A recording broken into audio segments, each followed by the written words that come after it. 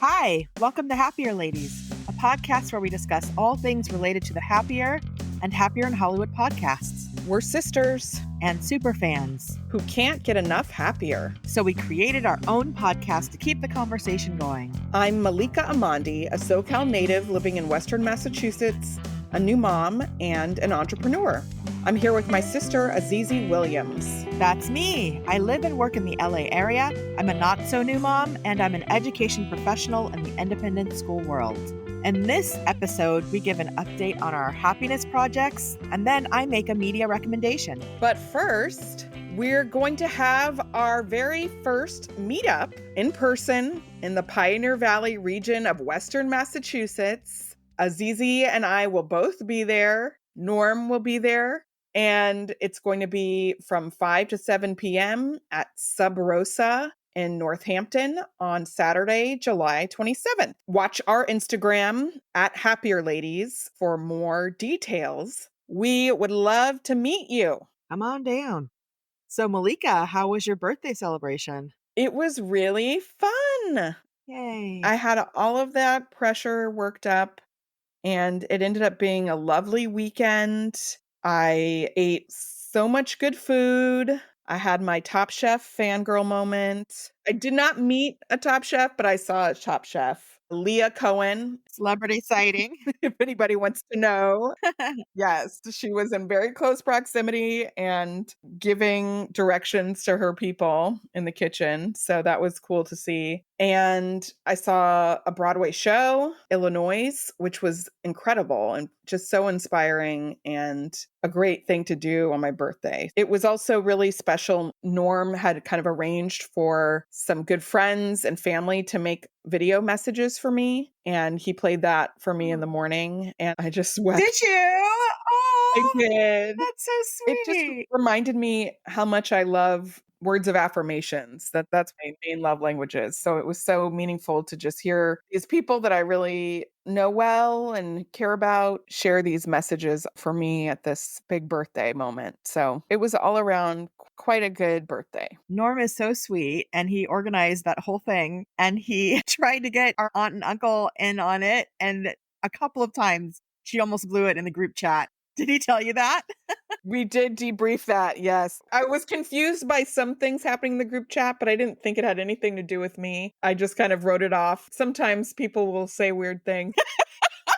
Our family thread, so I didn't even put two and two together. It was funny watching it happen. The girls and I were like, why did she say that in that chat? She needs to go to the other chat. But it can get quite confusing. So anyway, gold star to Norm. That was quite a feat. That was Yeah. nice. Very special. How did you feel? Like, I mean, obviously this was a special birthday for you. It was a milestone birthday for you, but how would you feel about doing this every year? You know, having some special attention paid to your birthday, organizing, planning, having intention around it. How do you feel about that? For the whole month again? Yeah. It was good. It was a lot to think about, but I feel like I did get to do a lot of different things. It was nice to feel special, you know? Yeah. Maybe in the future, I would just focus it in on 1 week. There you go. It's a little more concentrated. Yeah. But I liked taking responsibility for my own birthday in general and making sure it Yes. feels fun and festive. So I feel like gold star to me. I delivered on that front, and Yes, that you feels did. good. But a month is a long time. I think that's the takeaway, though, taking responsibility for your own birthday.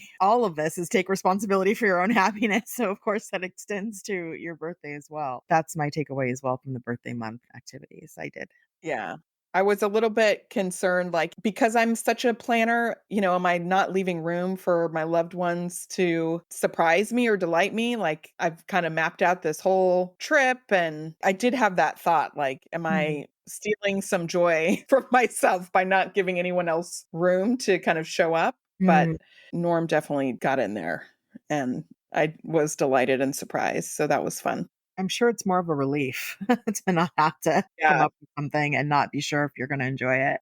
Yeah. So Azizi, what happened on Happier and More Happier? On Happier and More Happier, episode 489, Gretchen and Liz answer listener questions. On More Happier, they chat about books and shows they're reading and watching to prepare for their trip to England.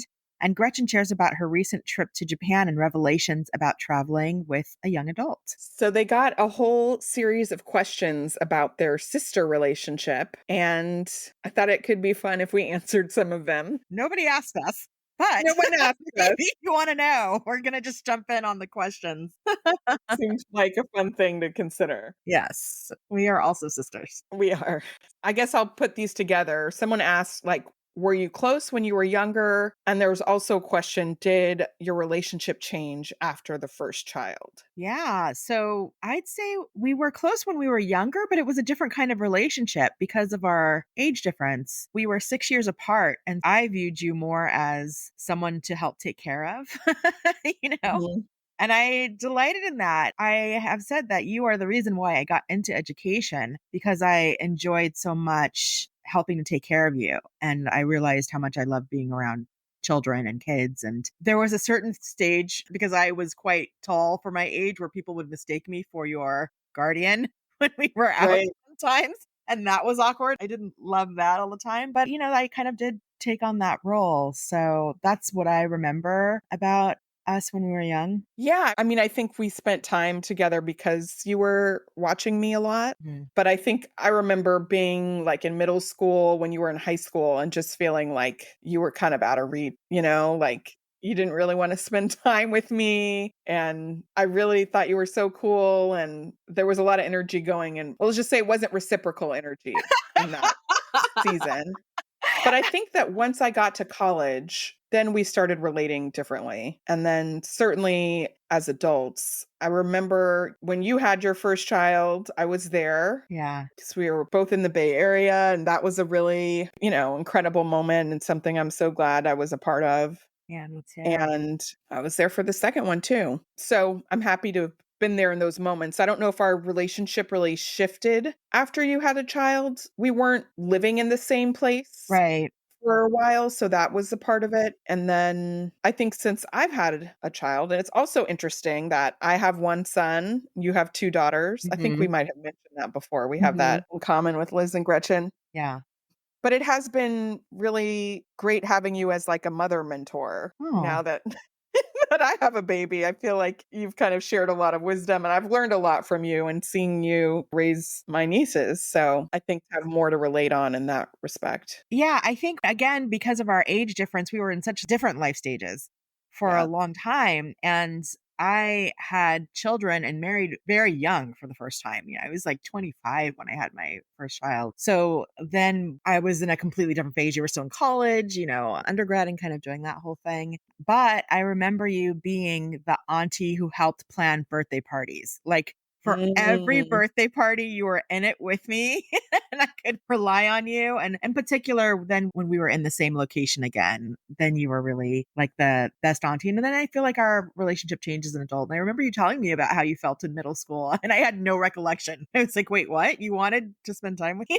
Like it never occurred to me because now you were old enough to take care of yourself. You didn't really need me anymore. But it never occurred to me that you wanted to hang out with me when I was older. But I would agree that when I was in high school, I was pretty much gone in my own world. Another question was, what is it like working together? And we've addressed this, I think, in some previous episodes. I would say, like Liz and Gretchen, they both said that their relationship really changed when they started their podcast. Yeah. And I would say 110% also. Like, because we're not living in the same place anymore, like before the podcast, we would talk and we would be in touch regularly. But now it's like very much structured and you're really a daily presence and vice versa, which I love. And I think one of the surprises, we did the podcast as kind of an experiment and just like, let's see what happens. And I think one of the pleasant outcomes is that we work really well together in this capacity. And I think we both get a lot out of it. And it's also just a really fun way for us to stay connected on a personal level. I really enjoy working with you. And it's funny because I feel like we started working together around planning Thanksgiving. Like, that was Mhm. actually our first partnership, and that was successful and was enjoyable, and this is sort of an extension of that, and it came at a time when you had a baby and started work, and I was like, "This is Yeah. ridiculous. How are we going to do this?" And I also had been worried that I wasn't gonna get to talk to you as much anymore, and how are we gonna keep in touch, and this has definitely solved that problem, so it's been a great adventure. So one of the other questions that really tickled me was somebody asked if Daisy and Nacho, Liz's dogs, had met Barnaby, Gretchen's dog, and they hadn't met. Those cousin dogs haven't met. But then I was thinking about our dogs, Bo and Kermit. They have met. Mhm. And they haven't spent a ton of time together, but when I was still in LA, you dog sat for me a couple times, and they didn't take to each other right away. They've got very different personalities. Similar size, different personalities, but ultimately they got along and spent many days together. Well, let me tell you my perspective because I was here. I watched them both at our house, and it was so funny because Kermit was just overwhelmed. You had not had him that long. Just a couple months. Yeah, he was so overwhelmed by being in a new place, and so most of the time he spent under the table. But Bo would visit him and try to bring toys to him. I think Bo completely overwhelmed Kermit. And then there were some times when they played together and we were so excited and delighted, but mostly they kind of kept to themselves. But it was fun. It was nice. I'm glad that we could help you out during that time and they got to hang out with each other. It was fun. I'm curious to see what questions they get in the next round. They kind of shared that they had even more questions coming, so we'll make sure to piggyback on those too. Yeah, looking forward to that. I was excited on More Happier when they talked about Christo, the artist, and Gretchen was talking about doors that she saw as a part of a shrine in Japan. And they were remembering Gates, I think it was, in a time when Christo had a project with Gates in Kansas City, maybe it was. And it brought up for me my Christo experience when I was in junior high. Christo had an installation here, and it was these gigantic yellow umbrellas that he placed. I think there were like 900 of them or something like that. And he placed them all along this part of the freeway called the Grapevine, which is what you pass through in between traveling from Los Angeles to San Francisco. It's called the Tejon Pass. And he put up these gigantic yellow umbrellas. I think it was from like September to October or something like that. And my class happened to be taking a camping trip around that time in that area. And so we got to just pull off to the side of the road and we happened to be there when they were opening and I was on the local television station because Oh, it was like a big event, and here were all these junior high kids somehow in the middle of the week, in the middle of the day, also there to help with the opening of the umbrellas, and it was just the most beautiful thing, and so this was concurrently happening with blue umbrellas that were in Japan, I believe, and, oh, it just delighted us, and we ended up doing a whole Christo project back at school. We wrapped our structure with these blue tarps because Christo's known for like wrapping interesting things. And I don't know, it was so beautiful. So I was excited to hear that they had an experience also with Christo. that's fun. I remember the yellow umbrellas. I must have been in kindergarten. Somehow I saw one, but I don't remember you being on the news. Right. Because it was very local. So it was like in the middle of, the grapevine news. I don't know. And maybe I never made it because I didn't watch myself on the news. I just talked to reporters and there were cameras. So That's I amazing. assumed that I would be on the news, but Even in middle school, talking to reporters. This is right? just part What's of life. up? You've been on the news several times. I know. This is why my husband was like, "What? You're always on the news." When I told him about my meeting with the mayor. Anyway, that's another story. Something else that I related to is Gretchen talking about the joy of traveling with young adults. She went to Japan with Eliza, and I can completely relate with all of the joys of what a young adult brings to a trip versus traveling, with young children, which is the phase you're in, Malika. I am totally in the toddler era of like managing nap schedules while traveling, and it's different. But I will say that I have traveled with Ilea. I haven't traveled alone with Sinai yet. Yeah. But your oldest daughter, she is so helpful on trips. She's traveled with the toddler with us. Yeah. And I resonated with what Gretchen was saying too, and that she really adds a lot to the trip itself. She makes suggestions, she looks things up, she is very game to just do whatever. And it's fun. She's a good person to travel with. They're delightful. They help to plan. And now, if we're staying at an Airbnb or, yeah, if we have an extended stay, I will say, okay, you're each responsible for a meal one night or for breakfast, and they can actually plan and cook the meal and contribute that way. And Ilea is the navigator. She always knows where she's at. She knows how to read a map. These are skills that I lack. And so we get to places on time and without delay because she's really good at navigating, which is helpful on road trips and, when you're exploring new areas. She also speaks Spanish, which has That's come in helpful. handy on our trips to Mexico. So, yeah, so much fun. And we, a few times a year, probably will go on trips together, the girls and I. What happened on Happier in Hollywood, Malika? In Happier in Hollywood, episode 373, Liz and Sarah have a conversation with hosts of the podcast, How to Be Fine, about strategies to combat loneliness. They give advice on how to keep old projects fresh when needed, and they share about storing the positive feedback you receive in one place. Their conversation with the hosts of How to Be Fine really centered a lot around friendship and loneliness. And I think, yeah, it just brought up a lot of different things for me. They talked about friendship breakups, that's a phenomena that's pretty common, but we don't really talk about it. Friendship breakups as adults, that's kind of a thing that happens. But yeah, you don't hear about it often. And it kind of made me reflect on my friendships. And I think there was really just one true friendship breakup that I've been through as an adult, which is Mm, quite painful, mm, but also like a necessary thing. And I think other friendships kind of fade out. yeah. One person just stops throwing the ball back, or the time between throwing it gets longer and longer, but there's really nothing personal, or it's just timing or whatever. And that's just fine. But I think to actually go through a friend breakup is pretty traumatic. And therapy was a huge help for me in working through Mhm. that. How about you, Azizi? Yeah, I don't think I've had a breakup per se with a friend, but definitely they just fade away. And probably a lot of it is on me.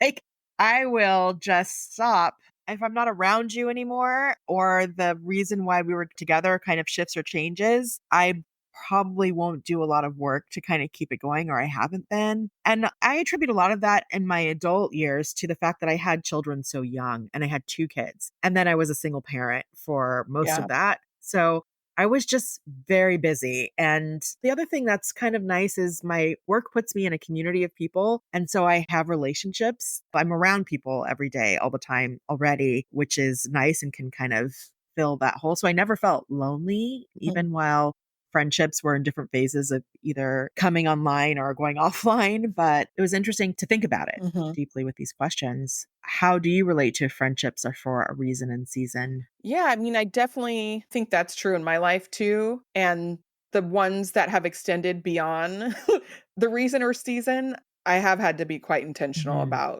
maintaining them. And certainly when I moved to the East Coast, there are a lot of friendships that I had in LA. I think the timing of it also, like, I moved kind of in the middle of the pandemic and we were used to being isolated anyway. Mm. So that actually, I think, made it easier to move because I was used to relating to people more digitally and then just kind of trying to keep that up. But it is challenging. I do want to credit, I know I feel like I'm talking about this app in every episode, but Marco Polo has really been helpful. It's not for everyone. And I do have close friends who are just like, I can't use this app. I don't like, I don't want another app and I can't engage this way. And like, I totally respect that. But there are a couple people at least that I feel like they're in my daily life because we connect through Marco Polo and it's Mm. really been able to work without having to coordinate times to talk on the phone or anything like that. Mhm. But again, it's not for everyone. It has to be mutual for it to work. It has to be mutual, right? there were certainly a lot of people that I connected with around being a mother in terms of being pregnant at the same time. My doctor actually recommended that I go to a prenatal yoga Oh, class.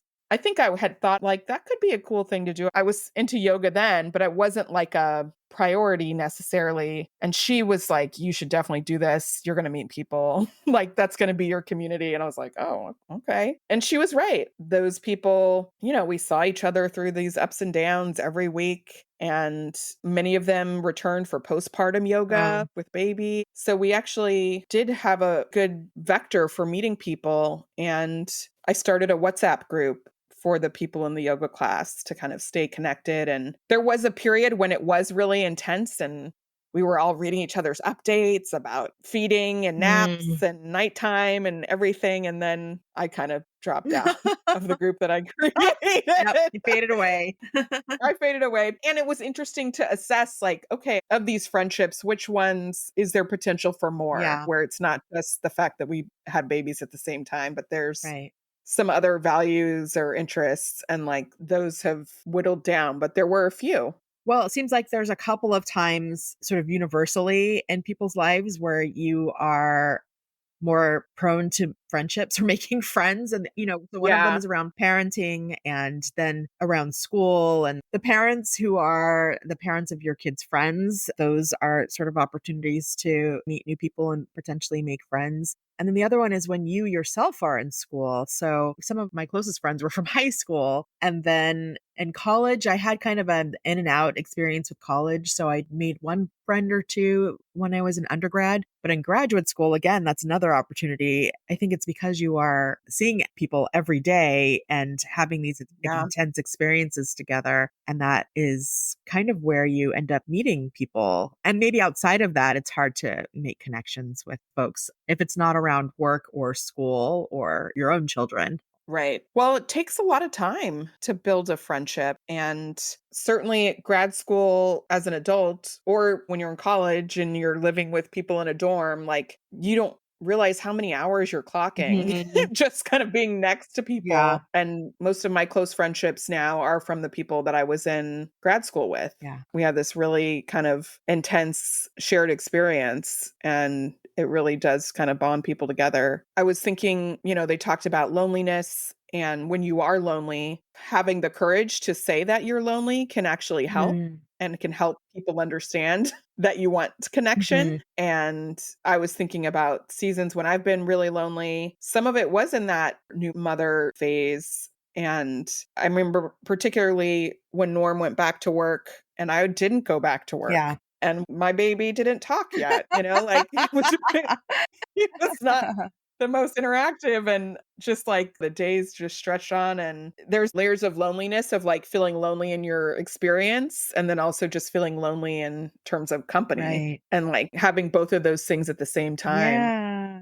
is really, really intense. And I think I did tell people that I was lonely and I was really kind of asking people for their phone number at the library and just was really like putting myself out there because I didn't have a lot to lose and I certainly just wanted people to talk to. There was another time when this was in the pandemic and I know a lot of people experience loneliness then from just obviously having to quarantine, but I had kind of an unexpected medical issue come up and had to be in the hospital overnight for a couple days. And it was like a very intense and scary and painful experience. Yeah. And then on top of that, I couldn't have anybody in their room with me or in these procedures with me. And so that was just like, what can you do? I was really grateful for my phone and FaceTime and Marco Polos, but it was I think I still feel, like, scarred from that experience.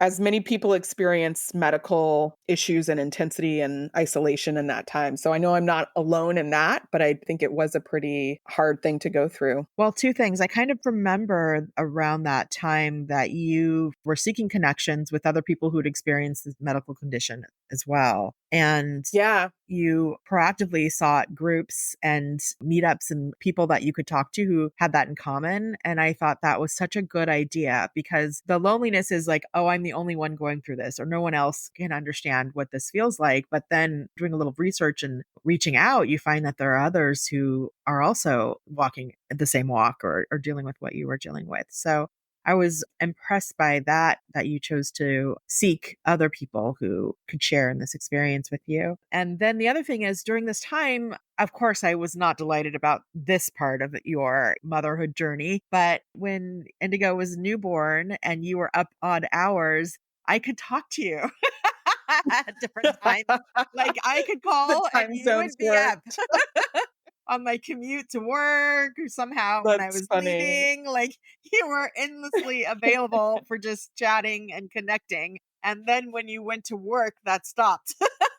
That's true. So I selfishly enjoyed how available you were during that time, even though I know it was exhausting and you were, caring for a young child. But yeah, that's definitely a happiness stumbling block is that newborn phase Yeah. and pregnancy. That's funny. Yeah, I'd forgotten about the support groups that I went to, and they were really helpful. That is something that we have access to, especially online. Yeah, I'll put a link to this group in particular, Postpartum Support International, because they had meetings like almost every hour of the day, that's awesome. covering a range of topics. So there was kind of no matter what you were going through, there were other people who were willing to sit and talk with you and share their experience and just connect. That was really helpful for me. Shout out to groups because I've talked about this before, and this group has nothing to do with your experience, but I do the Weight Watchers virtual meetings weekly, Mm.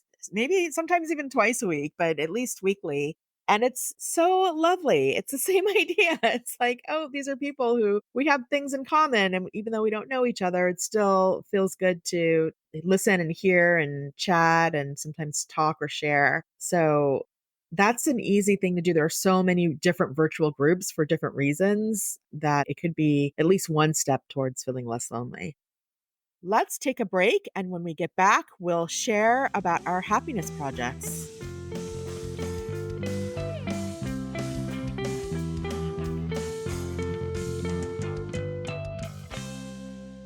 Azizi, how's your dinner game these days? Well, Malika, I used to struggle with what to cook for dinner. You're cooking now? Okay. Actually, my husband used to struggle with what to make for dinner. I mean, meal planning, grocery lists, yuck.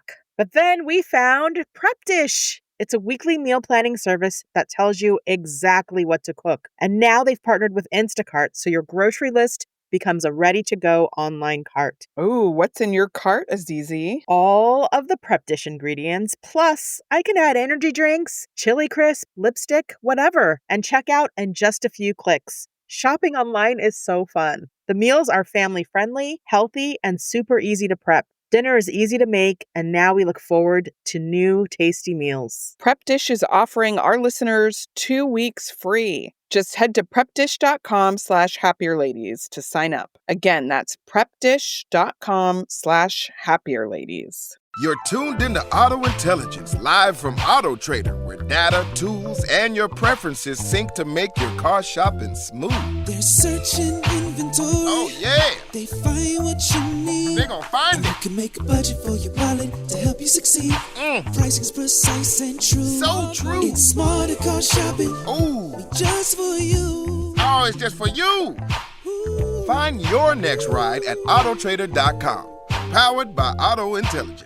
Okay, we're back with our happiness project revisited, and it's time for us to dig in. So let's talk about the month of June. The theme was family. How did it go for you, Azizi? Well, I'll just start off by saying June was a very interesting month. It was full of travel. So Leia, my oldest daughter, went away for 2 weeks to Costa Rica. I went away to Philadelphia. Sinai went away to New York for 2 weeks. This all happened in June. So to focus on family when the family was all over the place was a bit of a challenge, but we were still able to do some things together. So the first thing was to acknowledge and recognize, like to notice on the calendar that we have this kind of wonky month and to be intentional about the times that we did have together. So we planned a trip to Disneyland all together. That was a lot of fun. And I did a s'mores night. I think I shared about this before. Sinai asked about it. She's like, I would love for us to do s'mores once or twice this summer. And so made it happen. And that was a fun family thing to do. I did invite my parents to hang out with us one day. Sinai, her school had a partnership with a local art gallery. And so some of her photography was on display there.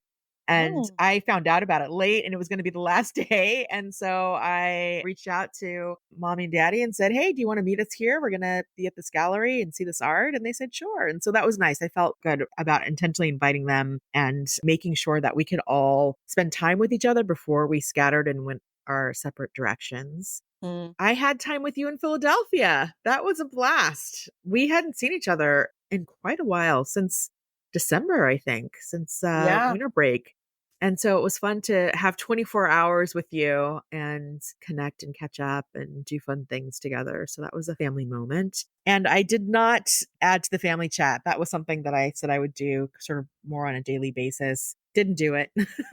But Yeah. I was kind of like, hey, it's easy. This would be a good time to share a message. the family chat is kind of similar to my relationship with social media, which is a little like skittish, a little like, I don't know. This might be something I put on my 25 for 25 because I need Okay. to engage. I need to lean in, and Lean in. Your kids are doing my it. kids are doing it. I'm definitely hearting things, and I have some cute other little like stitch stickers that I like to use. I like to react, don't like to post so much. Right. And it's not even posting, it's a chat. But for some reason, the barrier is the same for me. So I got to keep working on that. Okay. How about you, Malika? What did you do? How was your June? So I think it was pretty good. I wanted to do weekly Mm, polos to mommy and daddy. I didn't do it every week, but I definitely did it mhm. more. And I felt in touch with them. So that was good. And I wanted to keep being intentional about weekend plans with Norm and Indigo and I, Mm, and connecting to other families and kind of building community. And so that has continued. It has been a big travel month for us as yeah. well. But I think weekday plans have turned out to be a thing. Mm, Just like getting together with another family after daycare. mm. You would think, oh, it's a school night, but the nights are all the same. Like, it doesn't really matter. Also, he's in preschool, so there's no Or homework. like a work night, like It's true. obviously he really doesn't care. But even I realize for us, Right. we're going to be up anyway. And, so it's kind of better bide the time before dinner with another family. Because you have to play with him at home, or you could play with him with another family not at home. I get it. Exactly. And especially because it's light out so late. Yes, yes. So that's kind of a new paradigm with a lot of possibility. And then I wanted to get into the Summer of Soul, Mm. which we have coming up. And I think I still want to do this. So we haven't yet gotten there. It's gonna happen. The logistics of like having two other trips before this one trip, I Right, just couldn't right. focus on it. And so now this is the next trip coming up. So I need to spend some time there. Are we gonna do a food tour, Malika? I don't think so. Oh, I could be wrong, but I know my bandwidth is like keeping the toddler cool in this right. weather Yes. and like navigating a road trip. That's pretty much all I can think about. Okay. Got it. I'm glad you could be transparent about that. Okay, I'll think about it. Maybe there's a different way of doing a food tour, like where the food comes to you. Like Oh, we DoorDash from that 3 different local places or something. that could be a We'll thing. keep thinking about it. Okay, you could think about it and let me know. Okay, I'll keep thinking about it. And I'll let you know. Yes.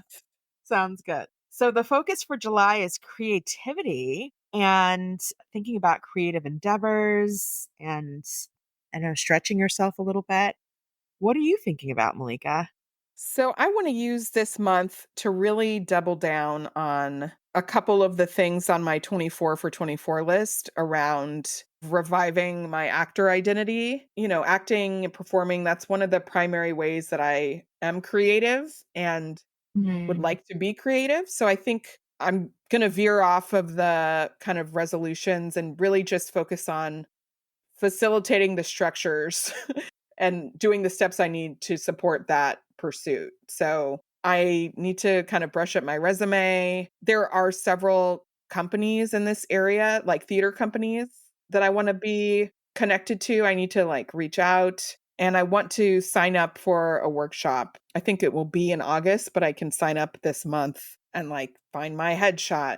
Just like a lot of administrative things. I'm in the actors union, but I haven't updated my name since I was married. And so that's been a barrier. It's just all these little things that aren't in and of themselves creative, but right now they feel like blocks for Hmm. me to really move forward. So a little bit of a different spin on it. It's like my own individual thing, but that's what's great about the Happiness Project. You can make it what you want it to be. I mean, I think that's exactly what this month is for, Yeah. is how to invite more creativity. And so there are some steps you have to take before you can get to the creative endeavor that you really want. So making progress on those steps seems like a good use of your time. What are you thinking about? It's easy. I listened to the audio introduction to this month on the platform, and something that Gretchen said really resonated for me, which is in this month, we should learn, grow, and explore without worrying about the outcomes and Mm. forget about results, is something that she reiterated over and over again. And so I want to use this time to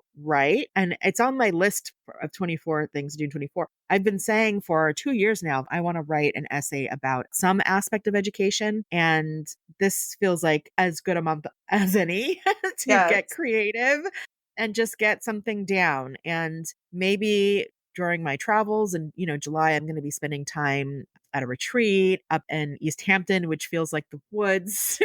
Like maybe it'll be like walled on. I don't know. I feel like maybe there'll be some inspiration for me in July. And it was helpful for me to think about forgetting about the results and not worrying about it being perfect, just getting something out there. So that's going to be my primary focus. But also, we could do the photo book party. Yes. Going to take off my list. But you're like, wait, what? Because I'll be there in July. And that's an opportunity for us to get creative and think about how do we want to organize our photos and what books do we want to create. So that's something that I hope to do in July. I would love to go to a new museum. Taking in visual stimuli is something that brings me joy. And that was something that Gretchen talked about in the workbook and on the platform, like assessing what kind of stimulation sparks creativity for you. And I do notice that if either being out in nature and noticing trees and flowers or artwork, that is inspiring to me. So I would love to find a museum to go to. And then, of course, this podcast. Yeah. Really, an ongoing basis. And this is my creative outlet. And I love it when we brainstorm and think about new ideas and get creative about what we're going to share or how we're going to share it. So, yeah, that's plenty to think about in July. That is plenty. Malika, it would be good for us to later, because we're halfway through this happiness project, maybe do a little reflecting on what we've learned so far in this happiness project. Maybe we could do that in a later segment. Yeah. I was thinking that too, along with Halfway Day. Along with Halfway Day. Yeah. We've been doing this now for 6 months, 7 months. So let's dig in and reflect.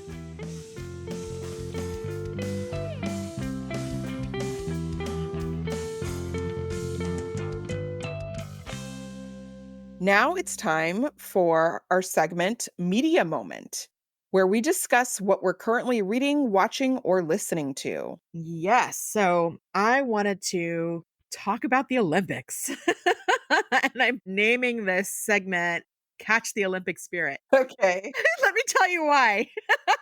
So, when I was in high school, I was a Girl Scout. And I had the opportunity to participate in a Girl Scout exchange program where I went to Atlanta the summer that Atlanta was hosting the Olympics. And so I was there early in the summer as the venues were just being completed. And there were Girl Scouts from all over the world who were there also with me. And we got to go to some of the venues. And one of the things I got to do, Malika, was shoot a rifle at a clay disc. Oh. There's a picture of me somewhere in a Girl Scout uniform, like shooting a rifle. Anyway, and there's a whole song that went with the trip. I won't sing it to you now, but I think that's an early memory of the Olympics that I have. But I also Mhm. remember the 84 Olympics, and I remember like some special McDonald's Happy Meal toys that I get. I remember Flojo. I don't know. I have a long history and lots of memories of being excited about the Olympics. And so I'm excited about them coming. I highly recommend that you find a way to participate. I started watching the Olympic trials, actually, kind of by accident. I stumbled upon the men's gymnastics Olympic trials. And this is where in the US, they figure out who's going to have the high enough scores and have the skills to move on to be a part of the men's Olympic gymnastics team. And I noticed that what they're doing now is really playing up the story, and they Mm. have mics and cameras on the parents of the top contenders so that when they have a routine, they cut to the parents and you could sort of hear them, you can see them, and you get so invested in their story and in their arc. And in this day and time, now there's so much footage of all of the athletes from even when they were kids. So they had all of their like very first gymnastics, routines when they were 5 that they would also Wow. play. And it was like, I was almost in tears. It was so emotional. And then they went through all their different rounds. They have to do the pommel horse and the floor routine and the parallel bars. I don't know what they're called. I'm not, an athlete, but they all did the rotations. They got their scores. And then they go off, and the coaches or some group decides who's actually going to make the team. And there are some that were a given, but there were a couple who their scores were maybe more even or, they weren't quite sure. So they went off, and there was, a lot of downtime where they were speculating who was it going to be. And then they brought them back on and announced them one at a time, and they were holding flowers. And then the team was all together. I think there were like 5 of them. And then there was confetti. It was a Wow. whole orchestrated moment that they've never done this before. I don't think. I don't remember this being a part of the last Olympics, but I'm telling you, I was here for it. Like, I loved it. I loved every bit of it. So there was that. I also happened to catch the last part of the women's gymnastics trials also. They did the same thing with the ladies, bringing them out, confetti, all this hype and excitement. And I'm there for it. So I did that. But then I also did this other thing, which was the Vogue World Paris. And Vogue sort of partnered with the Olympics to have an Olympic themed fashion show in Paris where they paired each decade with a different Olympic event as the inspiration for the fashion that was going to be shown. They had dancers, they had singers, they had celebrities, they had athletes. Wow. They were all, by each decade, parading out in this plaza. The official description was Vogue World Paris is a kind of opening ceremony, one that celebrates 100 years of fashion and sport, as well as this extraordinary city. And again, I'm there for it. I felt it. I was excited about it. We just talked about fashion and fashion shows and how that's something I'm excited about, but pairing it with the Olympics, come on. I mean, come on. So you have the Olympic spirit. You Caught don't it. need to catch it. What do you feel like your takeaways, like how would you apply this Olympic spirit to other parts of your life if you could? No, that's a good question. I believe in the power of ceremony. Hmm. Ceremonies are so important. And I think we sort of can be cynical and we can dismiss them, but they mean something and it makes you feel something to mark an occasion with an event. Yeah. In the spectacle of the Olympic trials and having them have to wait and then be announced, come on stage with flowers, the confetti, even though it was manufactured, the emotion that they were feeling was real. And the emotion of everyone in the audience was real. Even me at home feeling it was real. And how special is that? Like, that's being human. That's being alive, is getting to feel those happy feelings just by being adjacent to someone experiencing a happy moment. Yeah. That's the power of ceremony. They could have just gone off. Like, they could have competed, gotten their scores, and then it ends. That's the end. But to have that extra addition to mark that moment was really special. Yeah, that is interesting. I think manufactured, it's kind of has a negative connotation, but ceremony is intentional by definition, right? Or ritual, like it's got to Yes. be designed. There's got to be some steps or some follow through to kind of Yes. anticipate the timing and what's going to happen. It sounds like what you're saying that really actually elevates the significance for everybody involved. Yes, and I will tell you, going back to another story, I used to be a Girl Scout troop leader. That's how into the Girl Scouts I was for a period of my life. When my girls were young, they didn't have a troop, so I decided to just have one. And there was a badge ceremony, and these were the girls in my troop. They were getting their badges at the end of the season, and we decided to make it kind of a special moment and invite the parents. You have a little refreshment and you hand it out. And I was shocked at how moved parents were for their kids to get these badges and to have them like walk across the stage and call their name. And we created it. It wasn't going to happen that way. I could have just handed them their badges, but it really meant something. So yes, I'm all about the ceremony and the pomp and circumstance around ceremony. Stories are universal, spectacle works, lean into ceremony. So go ahead and catch the Olympic spirit. Tell us about it. Maybe I'll sing the song after the Olympics. Okay. Well, let's take a break. And when we come back, we'll discuss our peaks and valleys.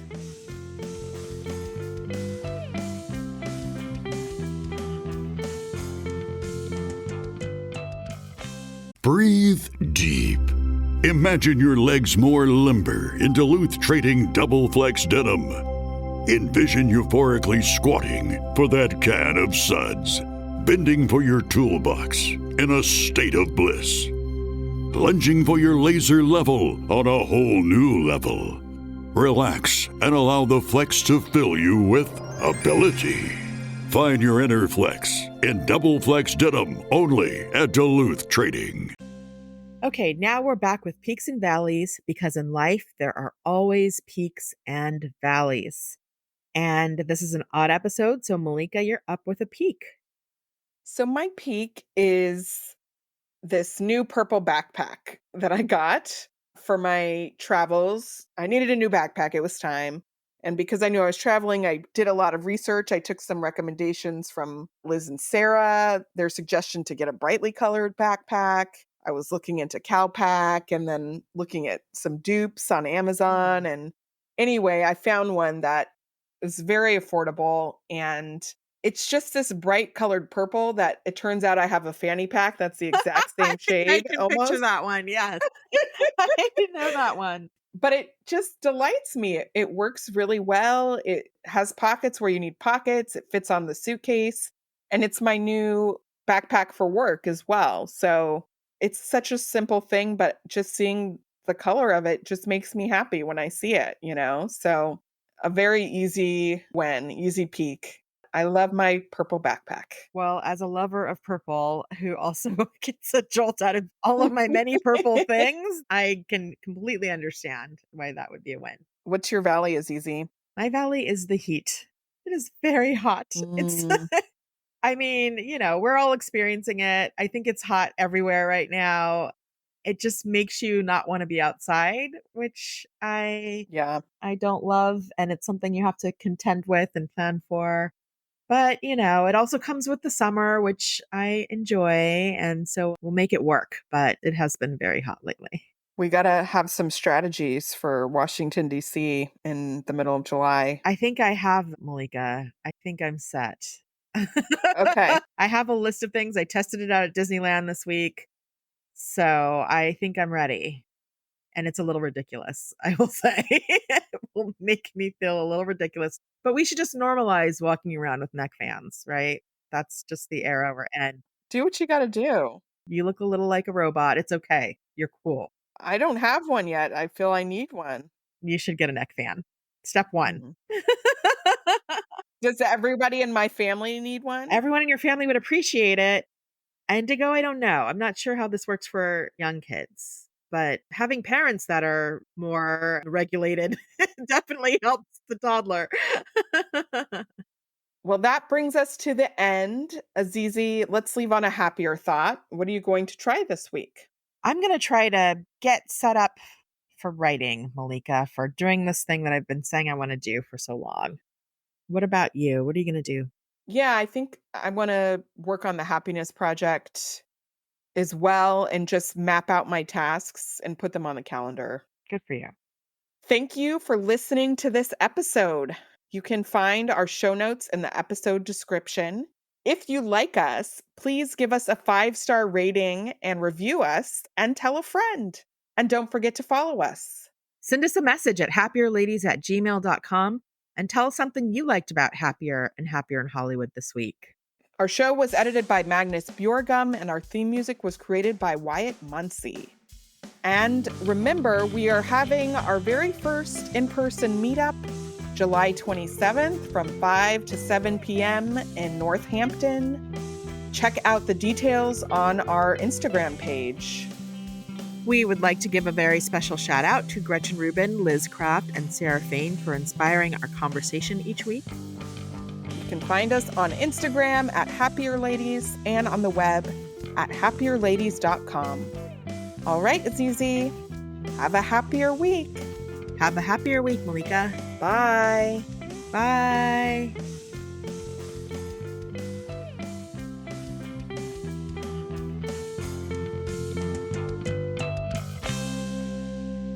So watch our Instagram at blah, blah, blah, blah. Oh. Sorry, I just got tripped up on the date. Okay. This podcast is part of the Sound Advice FM network. Sound Advice FM, women's voices amplified.